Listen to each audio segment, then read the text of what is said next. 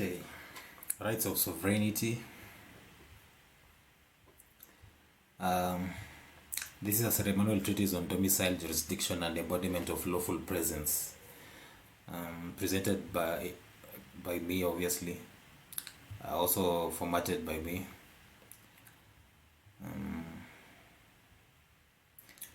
And the topic is gonna be Animus Manendi. Manendi. It's in spelling. Animus. It's not in edit mode. It's supposed to be Animus Manendi. What is Animus Manendi? Animus Manendi, this is a Latin word, translates to intention to remain. In legal context, especially private international law, it refers to the mental element required to establish domicile. A person must not only reside in a place, factum, but also intend to remain there indefinitely. Animus Manendi.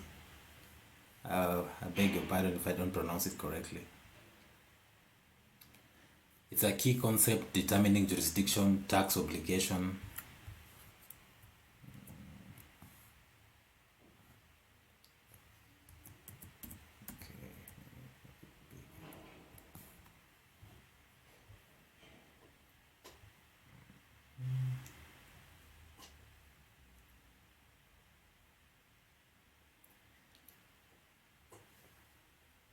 It translates to intention to remain in legal context, especially in private international law.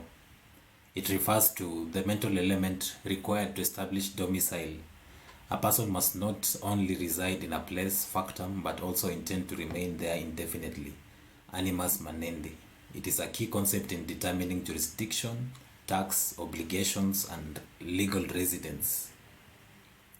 For example, someone living in Kenya temporarily for work may not be considered domiciled unless they demonstrate Animus Manendi, a settled intention to make Kenya their permanent home.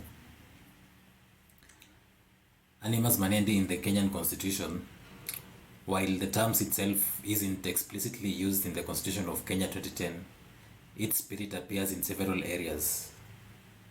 It appears in the section they talk about citizens and residents. I think this is Article 64. Citizens and residents. Article 15, my bad. Article 64 that deals with land, I think. Articles on citizenship by birth, registration, or naturalization imply a form of Animus Manendi, especially where applicant must show intent to reside. Citizenship by birth, and this citizenship is usually registered through birth certificate. And when you register, you become you show the intention to remain in the territory or the company called Kenya, but it's not a compulsory requirement for you to exist and live and breathe. It's just there's been a lot of shrouded explanation of these things to people, so that people don't clearly understand these terms. They misinterpret them. And this misinterpretation and misrepresentation of this understanding of law makes people become slaves to civil religion and civil obligations. And they lose their inherent God-given rights to the company that they claim themselves to be part of.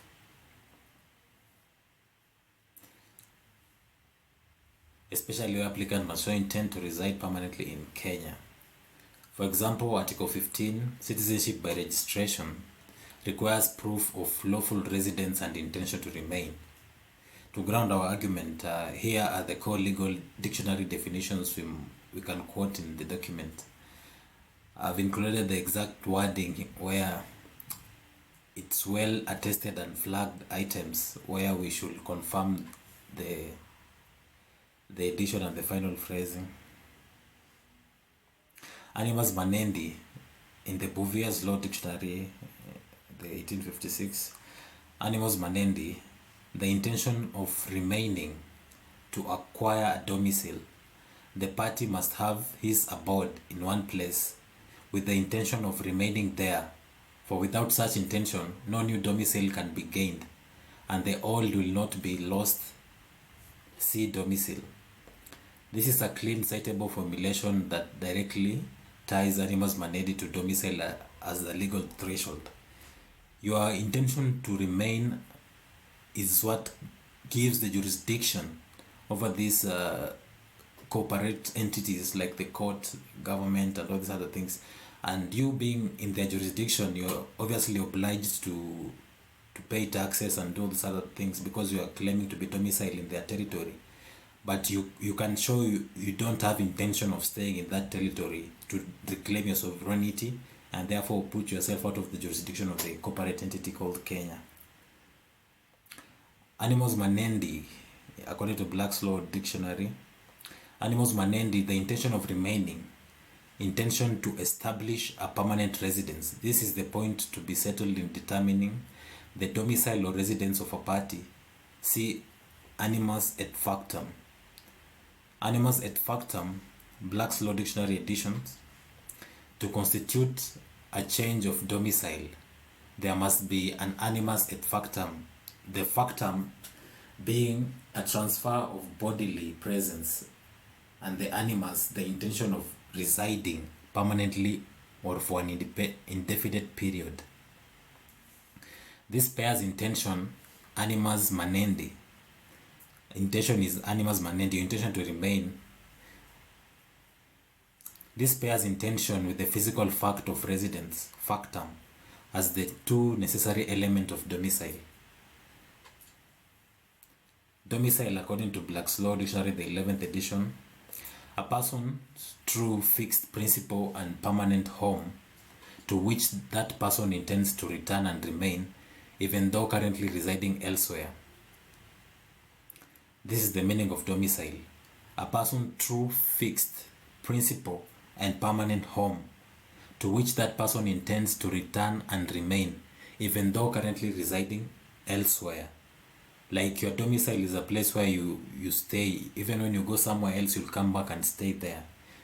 Me, I'm not domicile on this earth nor in Kenya. My domicile is in heaven. That's my permanent residency.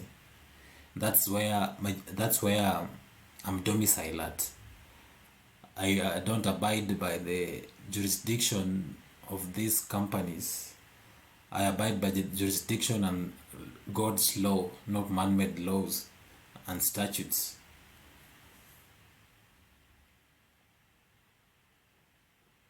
This standard Black's Law definition makes the intention to remain the hinge which lets us frame domicile as a sovereign declaration of belonging, not merely a registration status.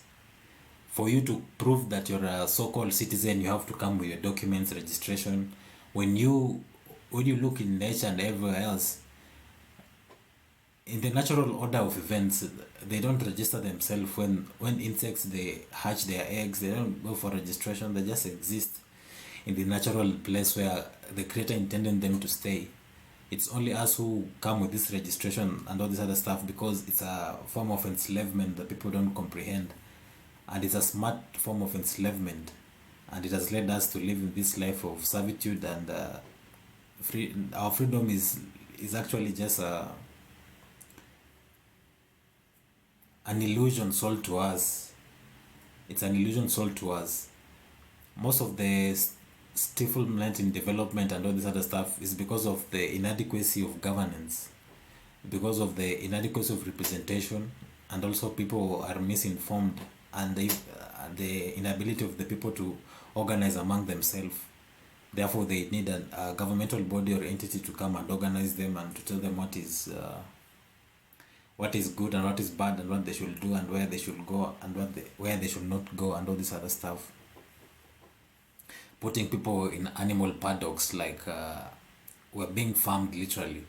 Each country is like a farm, and for example, a cow from John's farm cannot go into Peter's farm. There's a fence there. So when some of us are claiming that we are Kenyans and Americans, British, and all this other stuff, you might be claiming to be a legal entity made by the legislature, and that is not you. And this will deprive you your God-given rights, which nobody can take away from you, even the government. It doesn't matter what the excuse. No, your rights should not be violated no matter what. If you haven't committed any crime, no one should violate your rights. So the whole concept of domicile is dependent on your intention. Animus rivatendi in Bouvier's Black's this is a text error. In Bouvier's dictionary, animus rivatendi, I don't know how to pronounce this word, the intention of returning, applied to domicile, a temporary absence accompanied by the intention to return, does not effect a change of domicile. This safeguards continuity of domicile against temporary movement, useful for arguing that sovereignty travels with the person's declared intention. Your sovereignty lies with your intention. It all goes back into your spiritual and understanding of your consciousness, what is in your mind, the things you cultivate in your mind, the ideas that you bring forth into this world, and the people you commune with. These are the things that will determine the things that you experience. That's your true domicile, the kind of frequency that you are vibrating in, the kind of frequency that you are tuning into. That's the real domicile. It's not the government papers that they make you believe, because that government papers only works because you claim or intend to be a permanent resident in their made up territory, made up colonial territory to be exact. Residence versus domicile in the Black's Law Dictionary. Residence is the act or fact of living in a given place for some time. Domicile is the place where a person has his permanent home and principal establishment, and to which, whenever he is absent, he has the intention of returning. These distinctions help us argue that bureaucratic residence does not defeat sovereign domicile grounded in Animus Manendi. How this definition power our sovereign through domicile thesis. Intent is sovereign. By these authorities, domicile turns on the Animus Manendi. That allows us to present domicile as an intentional, personal act, an inward jurisdictional anchor, rather than a mere byproduct of state registration. Contract threshold. Animus et factum frames jurisdiction as requiring both presence and intention. Intention can limit, define, or revoke consent to a jurisdictional claim over one's person or property. Continuity despite movement. Animus rivatendi protects domicile from being disrupted by travel or temporary residence, which supports a narrative of enduring sovereignty beyond administrative addresses. Property as locus of intention. If land is held as property outside cessation, the owner's declared domicile on that land marks a boundary of intention, informing how, for a corporate government jurisdiction, can legitimately reach. Even your property will be determined by the domicile that you claim to be. Why do you claim your domicile in? Also, your property will be domiciled in the place that you claim. And the trick is just getting you into the jurisdiction of the company. And once you're in the jurisdiction, those civil statutes will start applying to you unless you stand bold and claim your sovereignty and try to distinguish yourself from those statutes. Community domains. The same logic scales to communal indigenous land, where collective Animus Manendi expresses political belonging beyond colonial registries. Like the land here that we have in Kenya, it existed before the colonizers came and marked their boundaries and set their administrative posts. So what they did is, through military occupation, they displaced the indigenous people of the land and set up an administration. This is not lawful. This is not lawful what they did, and people have never sought to correct this legal matter. They stole people land, built their facilities there, and forced everyone to be under their facilities through the hut tax, making people to go and work so that they can get paid, so that they can pay tax. Otherwise, people never needed their money. They had to introduce the hard tax so that people will have to go and work in the colonial farms to earn money, because that's the only place you'll earn money. You see, that's a form of slavery. But today it has evolved to the point where they tax your income, and the slavery has moved so smoothly that people cannot even distinguish that they are slaves, because they don't see them being taxed. Their income shows that they are slaves to the government. They think it's part of their obligation that they must serve, and which is a false perception. That's not how things should be. Your earning is your property. Nobody can interfere with your property without your consent. That's your labor. They didn't help you earn that income, but they'll claim that they are cutting a certain percentage so that they can build roads for the benefit of everyone. And I will stress this concept. You cannot violate my rights, stealing from me, then say I'm stealing from you because it will benefit everyone. That's just illogical, and that's a foundation for injustice that is taking place. And this is why many people in Africa especially are poor, because most of the money is circulating among the people in power, and they also cut your income. So people don't have a much purchasing power, ability to do a lot of stuff, because there's tax everywhere, and their tax also is being misused by these people. They are collecting money from everyone, and the money they are collecting, they are enriching themselves. It's just a trick of wealth transfer, and they'll tell you that we are doing this because we want to represent you, that they are using delegated authority that we gave them. We did not delegate to them to steal from us. The main reason our government exists is to protect people's rights, not to violate them.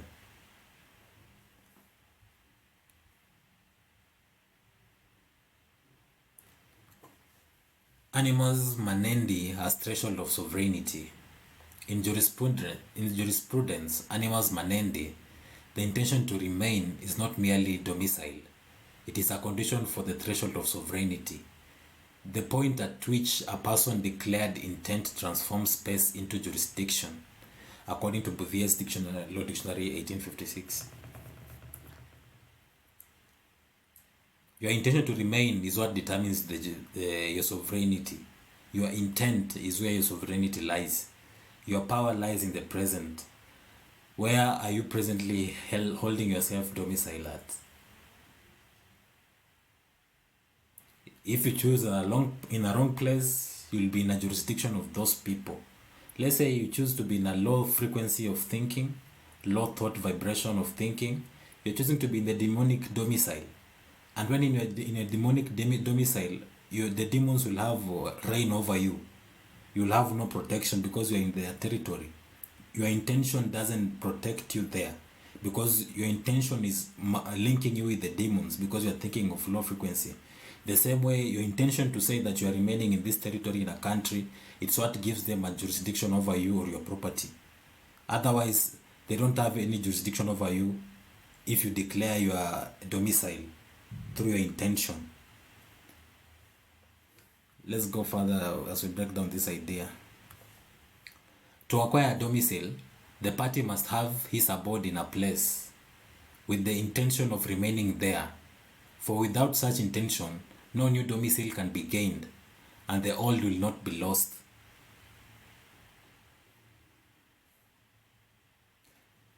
To acquire domicile, the party must have his abode in one place with the intention of remaining there. For without such intention, no new domicile can be gained, and the old will not be lost.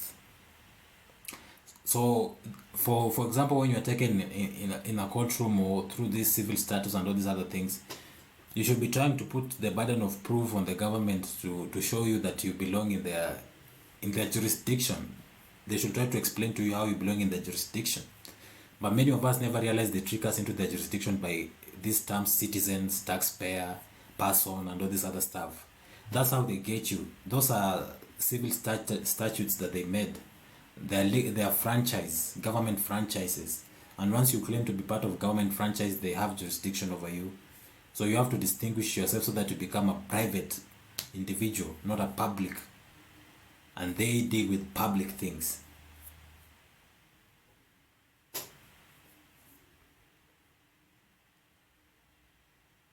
This principle elevates domicile from a bureaucratic label to a sovereign act of anchoring. The state may record presence, but it cannot fabricate Animus Manendi. Only the individual, through intention, declaration, and ritual, can establish the metaphysical and legal claim to remain. I hope that is clear. Your intention is what anchors your sovereignty. The intent you hold in your mind is what anchors your sovereignty. It's not the military of the government, the police of the government, or your MP or your president. It begins with your intention, and your intention is held in your consciousness. What are you conscious of in the present moment? That's why you'll be directing your energy, and that's the things that you'll be creating, what you are focusing upon.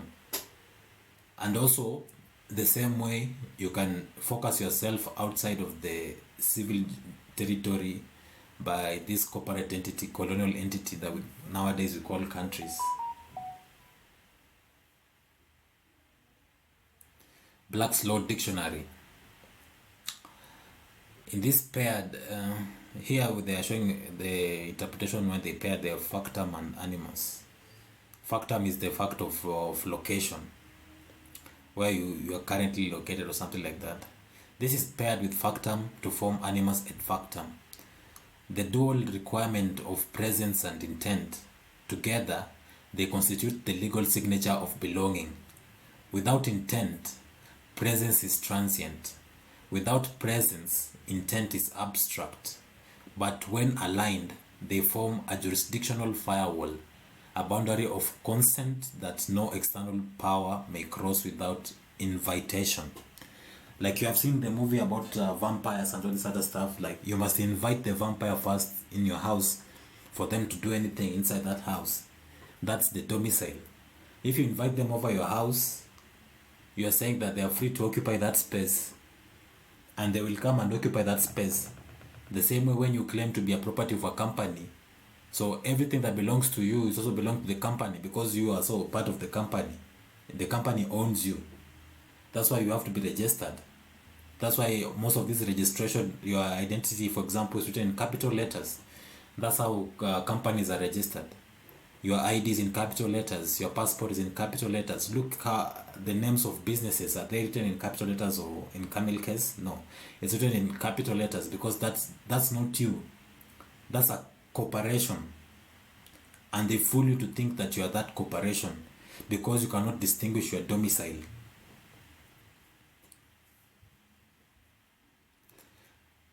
Sovereignty beyond citizenship. Sovereignty beyond statutory citizenship. The Kenyan Constitution, particularly Article 65, distinguishes between freehold and leasehold tenure based on citizenship. Yet this distinction presumes that citizenship is the source of sovereignty. But we have, from what I'm explaining, citizen is just a legal, it's a government franchise. It's not you. And once you claim to be a citizen, you claim to be the property of the government. Therefore, you will be under the jurisdiction of the government. Therefore, the courts will have authority over you, and they can claim whatever they'll be claiming. Those legal statutes say that you should be doing. The obligation that says in the statutes that citizens should be doing this and that, you'll be doing that because you're claiming to be that. But once you distinguish yourself from those franchises and declare your true sovereignty, they'll not have any anchor on you. They can never have a jurisdiction on you if you cut ties with them. The Kenyan Constitution, particularly Article 65, distinguishes between freehold and leasehold tenure based on citizenship. Yet this distinction, that citizenship is the source of yet this distinction presumes that citizenship is the source of sovereignty. We challenge this premise. Sovereignty does not reside.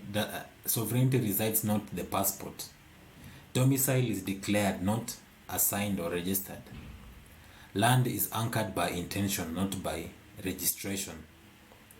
Thus, Animus Manendi becomes the legal and spiritual instrument by which individual and communities assert their jurisdictional autonomy, especially on ancestral, communal, and unceded land. So what has happened today is these indigenous people, they have been fooled to believe that they are corporate entities. And they think that this corporate entity which is holding their property in trust, that it owns anything. There's nothing that the government owns. All the things governments hold is from the indigenous people, and they hold it in trust. Because the indigenous people saw they could not govern themselves, and they chose to use this body as a form of representation to govern themselves. But I'm telling you, once people start organizing their mind and themselves, they can organize themselves. They don't need a government. You don't need a government to be orderly or to run your things. In fact, most of these legal entities, like the government, it abuses people more than it protects their rights, which was the original intention of their establishment, if you read the Constitution. Sovereign dwelling as ritual geometry. To dwell with intention is to inscribe space with meaning. We visualize this through sacred geometry. The domicile as a mandala of sovereign presence, radiating concentric circles of stewardship, protection, and belonging. A visual invocation of sovereign dwelling where presence, intention, and protection converge in ritual space. This image symbolizes the anchoring of spirit into place. The central glyph represents the sovereign self. The surrounding layer reflects the domain of consent, care, and continuity. It is not the state that grants this geometry. It is the soul that declares it. Your sovereignty lies in your soul. And the more you are aware of your soul, the more you're in tune with the Creator's will. And the free you will be from these corporate entities. All these corporate entities do is hijack people's mind and fool them to believe what's not real to be true. And they make money from this. They create fake classes, poverty, and all these things. There's no need for poverty in the world. For example, if you look today, with the modern advancement in technology and all this other stuff, we produce more things that we need. No one should be lacking clothes. No one should be going hungry. They are throwing food everywhere in the world, but people are starving in Sudan. They cannot be helped. There are wars everywhere. You see, these things are linked to these people. Life could be much simple, but they have hijacked people's mindset. People want to go to war, fighting and joining militaries, saying they are protecting their country, not realizing they are fighting for a corporation. Basically, these people are just hired. They are hired. They pay them. They are hired. It's just like an assassin, basically, hired by the corporation.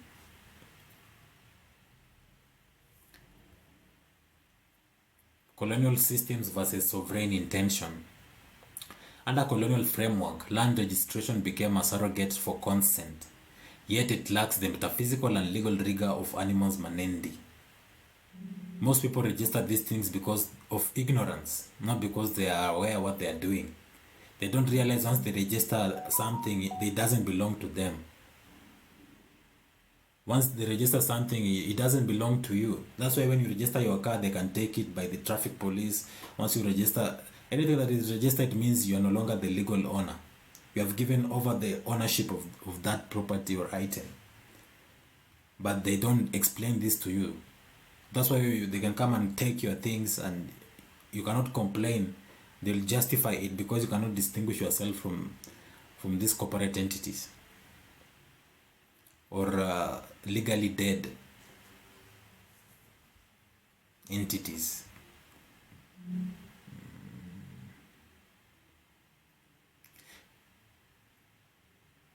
The issuance of title deeds by a corporate government does not authenticate ownership. It merely indexes possession within a system of occupation. Land, particularly indigenous and ancestral lands, was never surrendered with Animus Manendi towards occupying power. Instead, its domicile, its metaphysical anchoring remains with those who hold the sovereign intention to remain, tend, and to be in sacred relation with it. Thus, even within constitutional articles such as the Kenya Article 65, the distinction between freehold and leasehold tenure encodes an unconscious recognition. Permanence of tenure requires the presence of Animus Manendi. This criterion belongs to the sovereign person, not to the state. Leasehold is structurally devoid of sovereign permanence, and its default assignment to non-citizens signals a colonial assumption that sovereignty is tethered to the statutory citizenship. This assumption collapses when citizenship itself is not the source of sovereignty, but its contractual expression. You being a citizen, it just shows your intention to be willing to be in contract with the company called Kenya, which used to be Imperial British East Africa Company. That's all it shows, but your citizenship is not the origin of your sovereignty.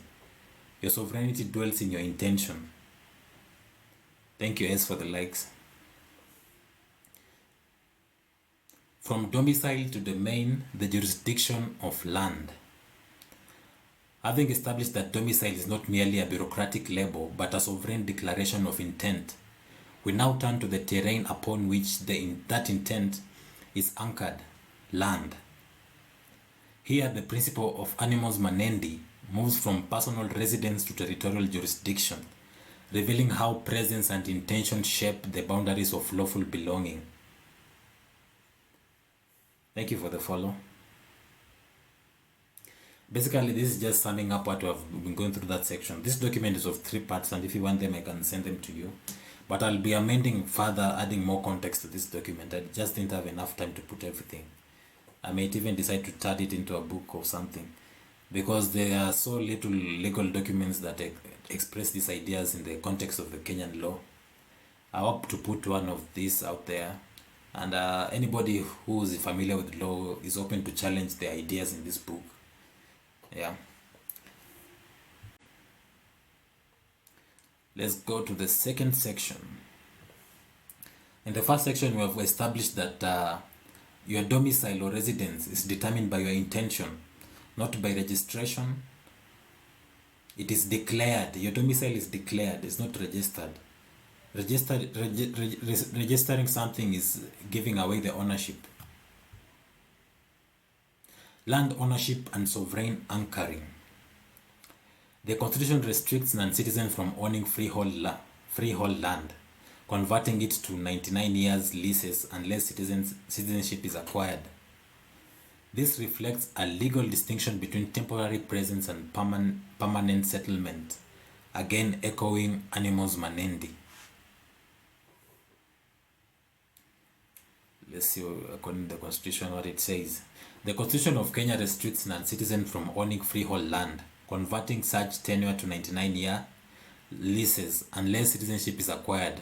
This legal framing distinguishes temporary presence from permanent settlement, echoing the principles of Animus Manendi as a juridical signal of intent.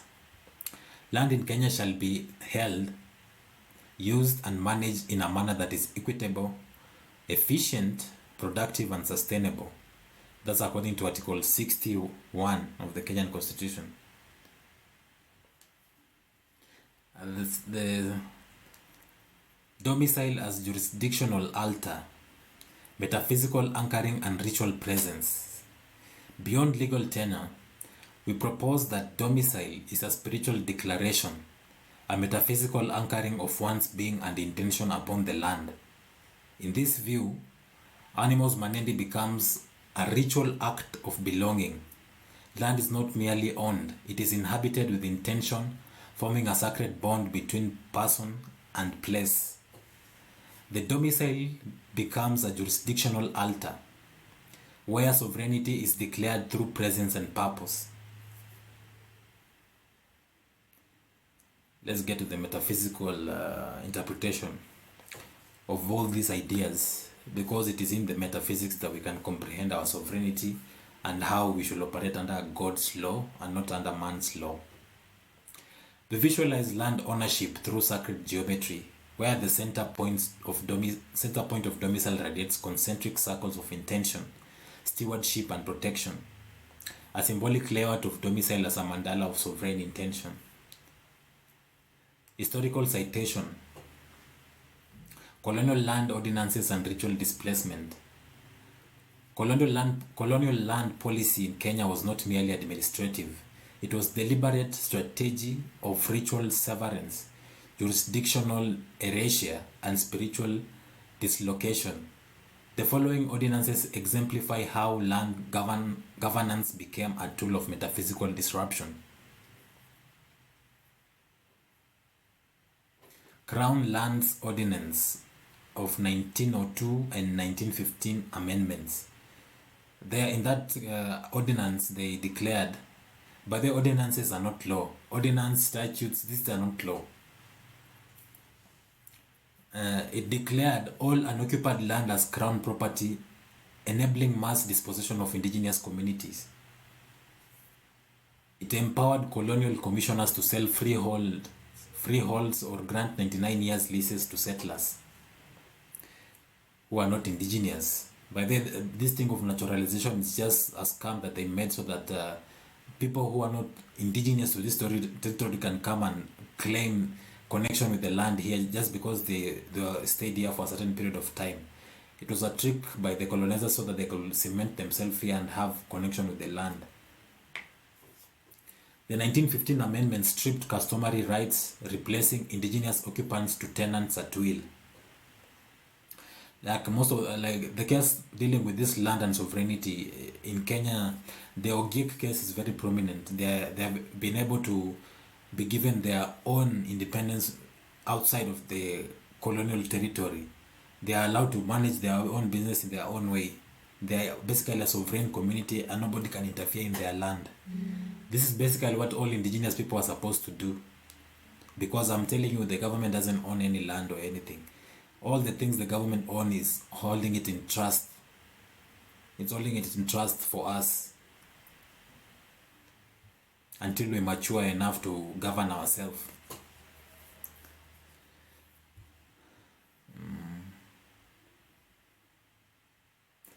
These are the places where you can find this information. This is this website here.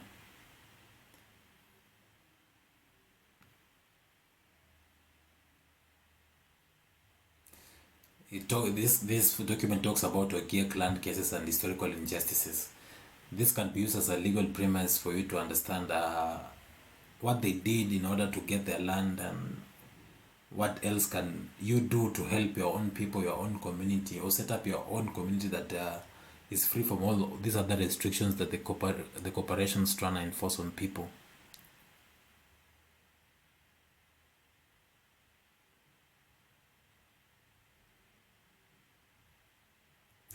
I'm not gonna read through this. There's a lot of verbatim here, and I don't want the live to be so long. But basically, you can find this document here: freeafrica.tripod.com/Ogiekland/book/chapter 6. Basically, there's a book called Ogiekland, I think. Let me see if I go one directory behind. What would like? Yeah, there's a book here, Ogiekland and Historical Injustices.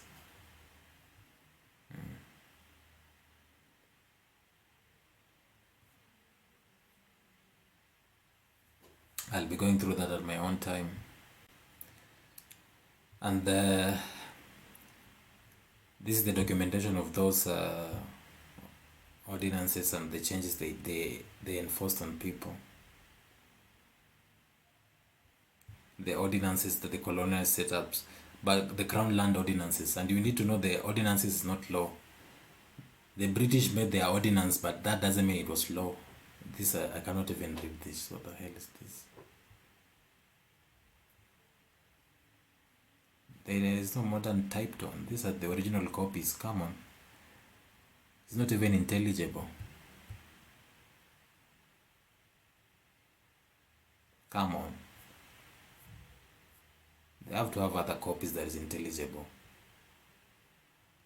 I have I don't know what this is. I cannot even read this thing.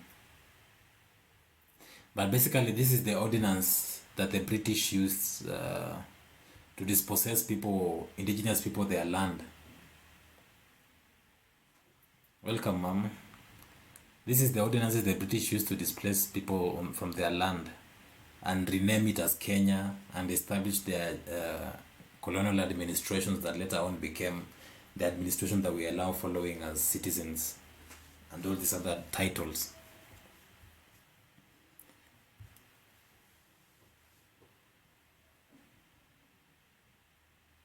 Okay. The next segment, Native Lands Trust Ordinances. This is another ordinance they used to displace communities. The Native Land Trust Ordinance of 1938. What it did, it segregated land into native reserves. Like you hear many Kenyans saying, I'm going to the reserve. I'm going to the reserve. That word reserve is a corruption of the word reserve. It was a specific territory where they were putting indigenous people in a crowded place so that they cannot go into those colonial settlers' territory. That's why you get the term reserve. The segregated land into this ordinance segregated land into native reserves, formalizing racialized tenure and spatial confinement. Indigenous communities were restricted to designated zones, often infertile and disconnected from ancestral sites. The Supreme Court upheld limited occupancy rights but affirmed Crown ownership over native reserves. Again, here is these documents are available online. I hope this one is a bit clearer than the previous one. Otherwise, I'll start thinking they're making it not to be intelligible intentionally. Because that first document, you could not even read anything.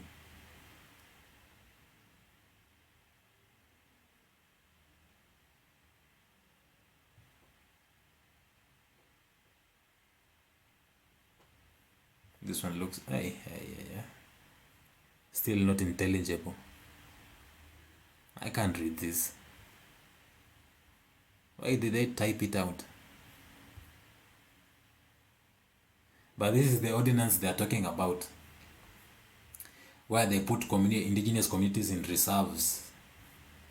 If you have time, you can come and read it. I'll have to find ways. Let me see. I cannot even copy. I'll have to find ways of picking out the text from this. I see this is a typed part. Yeah, you can read it in a way. But the beginning part, I think the draft or something, is not intelligible.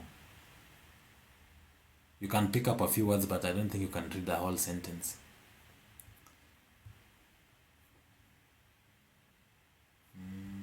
This one.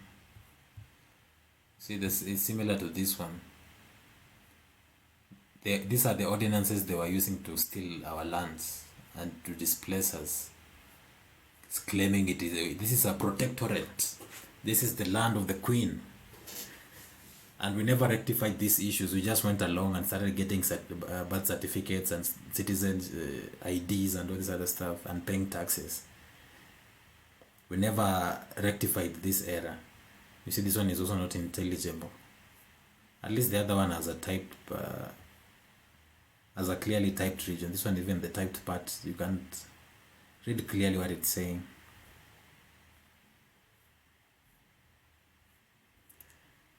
Whoever may need this document, just ask me, I'll send it to you. I'll put the relevant link there.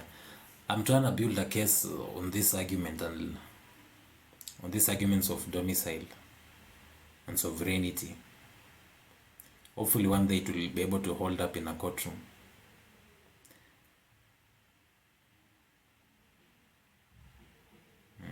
What's this? Stanley Kahahu, Wangati and Komoindi Wakaia and Tairo, all sons of Kinyanjui, This is a case, I think, case file.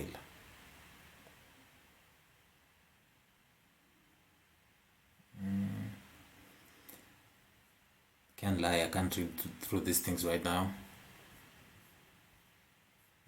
I love to read through it first before I decide to read it if it's important. But basically, this is the interpretation, the legal interpretation they were using to justify these ordinances by the colonial administration.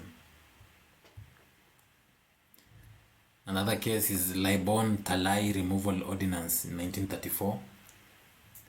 It targeted spiritual leaders of the Talai clan or Koyot lineage, forcibly relocating them to remote areas near Lake Victoria.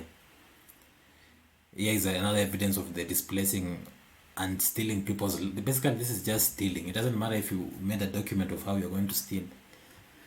It's stealing. And people never sought for justice for these crimes.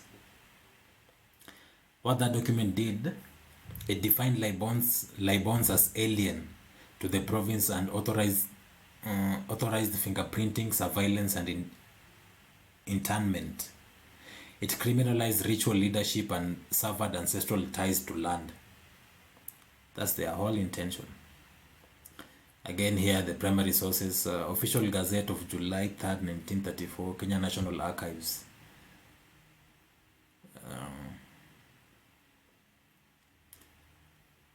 We have to go through these things so that we understand really what took place. They don't teach us this in school. I'm sure none of us ever heard of any of these ordinances in the history class. I think this some sort of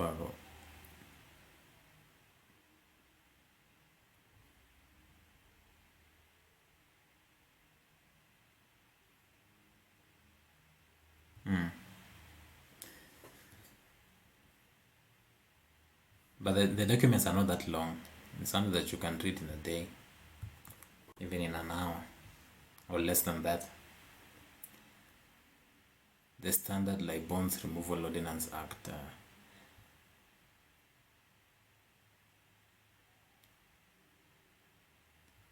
Government reports, Kenya under colonial rule in government reports 1907 to 1964.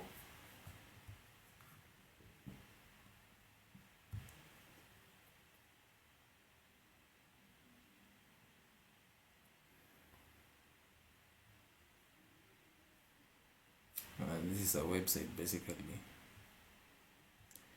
Kenya under colonial rule in the government reports of 1907 to 1967 contains papers from the British colonial government in Kenya. The document in this collection revealed that the approach that the British took to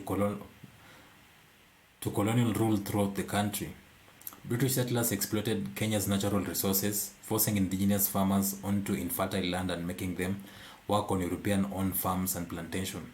This is the origin of the hard tax.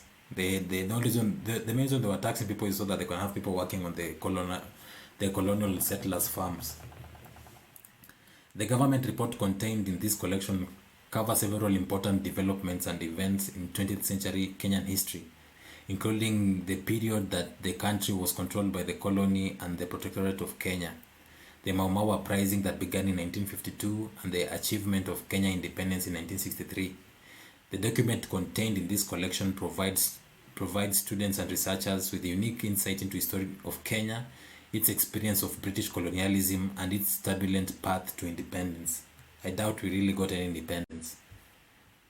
Just a sweet word they sell it to us. We are slaves, basically. That's why they tax your income. Slaves work for free. From land to leadership. Integrity as anchored intent. From the soil of sovereign anchoring, we ascend into the realm of leadership, where domicile is not only declared through land, but embodied through service. Just as land reflects the intention to remain, leadership reflects the intention to uphold. Integrity becomes the spiritual continuation of Animus Manendi. Animus Manendi is the intention to remain in a certain domicile. Your domicile is determined by your intention. Let's not forget that is the core of the idea. Your intention to remain somewhere will give jurisdiction of the things that have influence in that area. For example, you claiming to be having intention to remain in the colonial Kenyan territory, they will have jurisdiction over you because you are claiming to be part of their property. It's just like when you go to hell, you expect to mingle with demons. But if you choose to be domiciled in heaven, someplace like that they have no jurisdiction over, they'll not have any legal ties over you. They cannot even prove they have any connection with you. Most of us just fall victim to them because we identify with these franchise titles that they created, like citizen, driver, taxpayer. That's not you. That's a legal fiction entity that was created so that you can be a willing slave. Weaving in civic, section 3, leadership and integrity. Weaving in civic Animus Manendi, metaphysical public service and visual metaphors that honors Kenya's constitutional spirit and spiritual resonance. The constitutional framing of this section.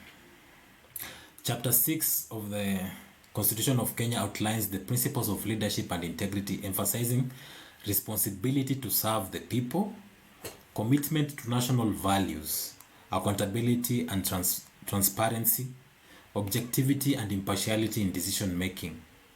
These principles imply a form of civic animus manendi, a declared intention to remain in service, to dwell within the moral architecture of the nation. Everything gets back to your intention. Your intention to remain in a colonial territory, it's what's giving them the jurisdiction over you. It's just like an enslaver who figured a way of making people not realizing they're slave, make them thinking they're free, but they're still working for them. Now, we are those slaves that we're meant to think that we are free, but we're not free. We have to be free in our mind so that we understand these things. That's why we have become susceptible to many things. We accept things like income taxes, which is theft, and various other form property taxes, which is another theft. You cannot tax someone property. Like that, for example, that hard tax system that they established. That's theft. You cannot steal someone property. Basically, Kenya was established through a lot of crime. And this crime people never sought justice for this crime because we never really got the independence. But nobody speaks about these things. I guess I have to speak about them and make you aware of them so that you can dig deep into these things. And each community has their own story in relation to this because they are not doing the same thing in every community. This is just a general representation. Authority assigned to a state officer is a public trust to be exercised in a manner that demonstrates respect for the people, brings honor to the nation and dignity to the office. That's the Constitution of Kenya 2010, Article 73(1)(a). Metaphysics of public service. We propose that public service is a metaphysical vocation, a sacred contract between the soul and the nation. In this view, oath-taking becomes a ritual of domicile. The leaders anchor their spirit within the constitutional body of Kenya. Integrity is not just legal compliance, it is spiritual coherence, where intention, action, and truth align. Leadership is a glyphic role, a symbolic figure who channels collective will, protects communal boundaries, and invokes national purpose. A presidential oath-taking ceremony as a ritual of sovereign anchoring. And we attend these rituals and we wonder why you are busy watching the president swearing in and claiming that he'll be the ruler and all this other stuff. Therefore, he's also claiming jurisdiction over you through that ceremony. So whoever participating in that ceremony will be held in a legal binding situation, in a spiritual way, in a legal binding situation until the term is served for 5 years. Then we refresh the contract again. We play the game again. Nothing new ever changes. Glyphic metaphors, leadership as pillar. We visualize leadership as a pillar within a sacred temple, a vertical axis connecting earth, which the government has make people think is citizenship, law, which is a small section of the constitution, and the spirit, which is held with in your intention. This pillar is inscribed with the glyphs of service, sacrifice, and sovereignty. A conceptual diagram of metaphysical governance. I'm supposed to make an image from that, but you get the gist. Civic Animus Manendi in practice. Oath of office declare domicile within the nation's moral framework. Public rituals such as inaugurations, speeches, and national holidays reaffirm the leader's intention to remain in service. Accountability mechanism like vetting, impeachment, and audits test the continuity of Animus Manendi. Resignation or exile may signal a revocation of civic domicile, an intentional departure from the nation's spiritual body. What are the sovereign implications? A leader's Animus Manendi binds them to the people, not just legally, but metaphysically. Integrity becomes a jurisdictional tether. The soul's consent to be governed by truth. Breach of integrity is not just misconduct, it is spiritual dislocation, a severing of domicile. That's the end of the presentation. But I wanted to, my intention for creating such a document, and I'll add more flesh to it, is so summarized there, is trying to make people understand how governance is linked to the spiritual concepts. Basically, the president is like the priest too. They do priestly service and all this other thing, but people just, because they call it under civics and all these other titles, people think it's different. It's not different. It's the same. That's why they tell you when the flag falls, I don't know, you have to do what, change uniform. These are rituals. It's just like a shaman. You might say, like, I have a bag of charms. If this charms falls, I have to go and purify myself through this ritual and that ritual. It's the same stuff.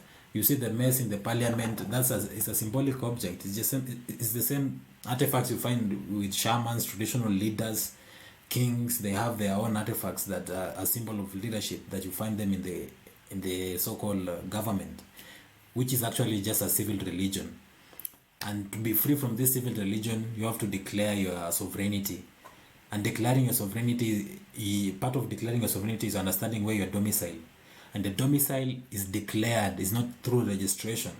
Just because you're registered as a citizen, or you're registered, I don't know as what, it doesn't make you domicile in anything. That's just a legal binding contract. And most of it is an incomplete contract. A driving license is an incomplete contract. Because in that contract, it's only one signature. A contract can only be legal binding when there's two people involved. In your ID, there's only one signature. In your passport, is only one signature. But we use these tools today because of the mindset that people have been made to understand these concepts. And for us to dissolve these boundaries and walls that have set up for us, we must first understand what they are. This is part of the effort of trying to make people understand that your domicile is your intention. You can go to a courtroom and tell the judge you're not domiciled in Kenya.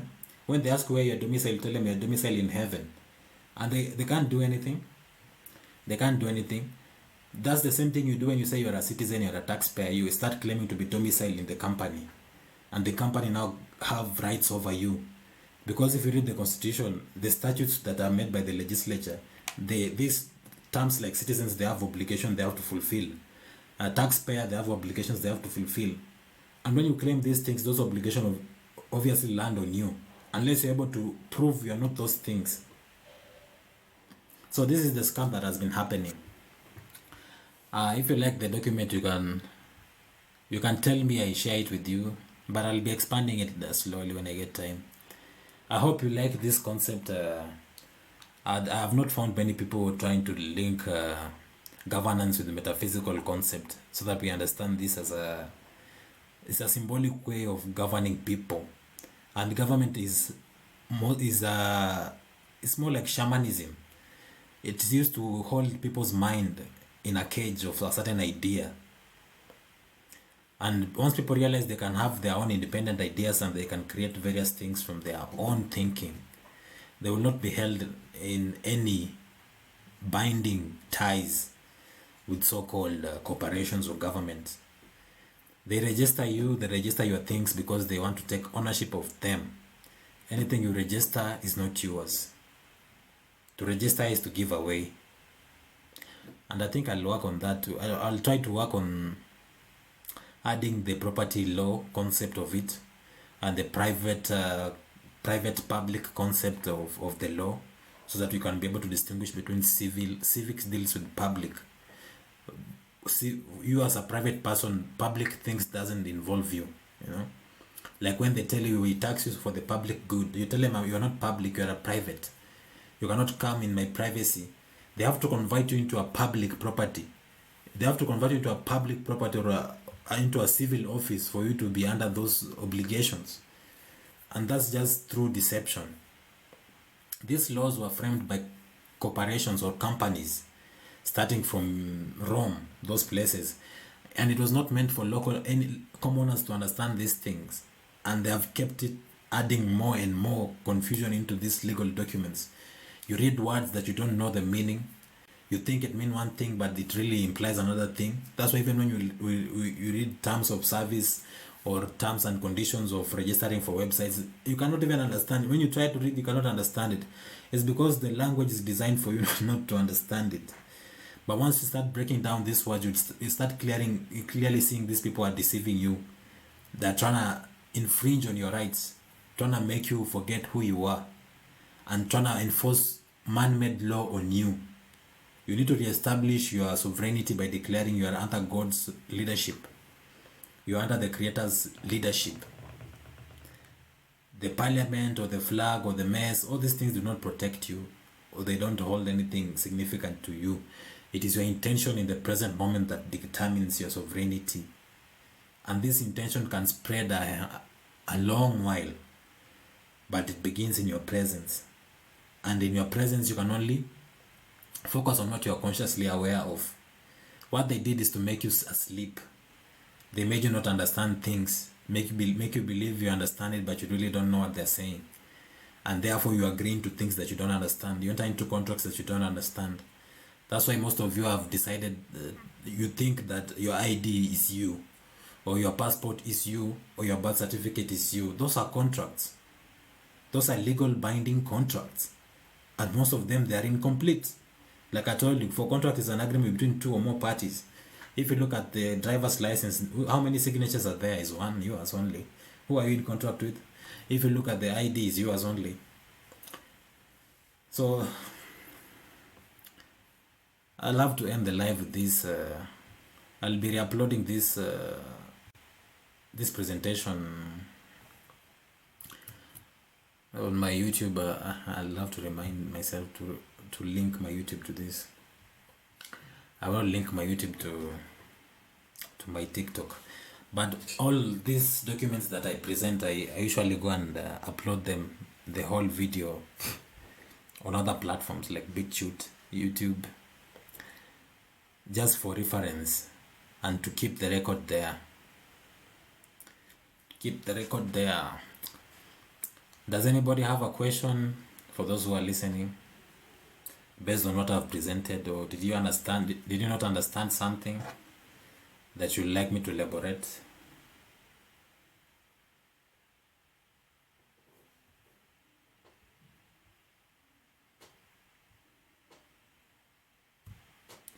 Did any of you understand anything?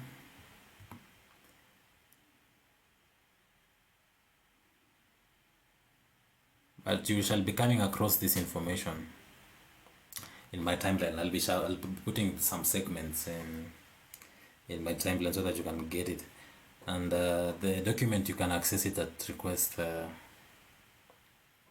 among many other legal documents, to get your awareness in law to a more comprehensive level. Many of us don't comprehend law. We just read the words in the law, but understanding and applying them and arguing them out, we don't really get it, because we don't even understand what our rights, where they apply. Our rights have no limits. Nobody can deny you your rights. And the government doesn't provide your rights. You have to declare your rights. If you don't know your rights, it does not exist. If you're in a courtroom and they are violating your rights and you don't know they are violating your rights, it does not exist. And with that, I'd say peace, love, everyone. Let's elevate our awareness and let's be more organized in our intention so that we might not be finding ourselves in binding contracts with demons or selling our soul to the devil. And with that, I'd say peace and love, everyone. Have a blessed night or day, wherever you are.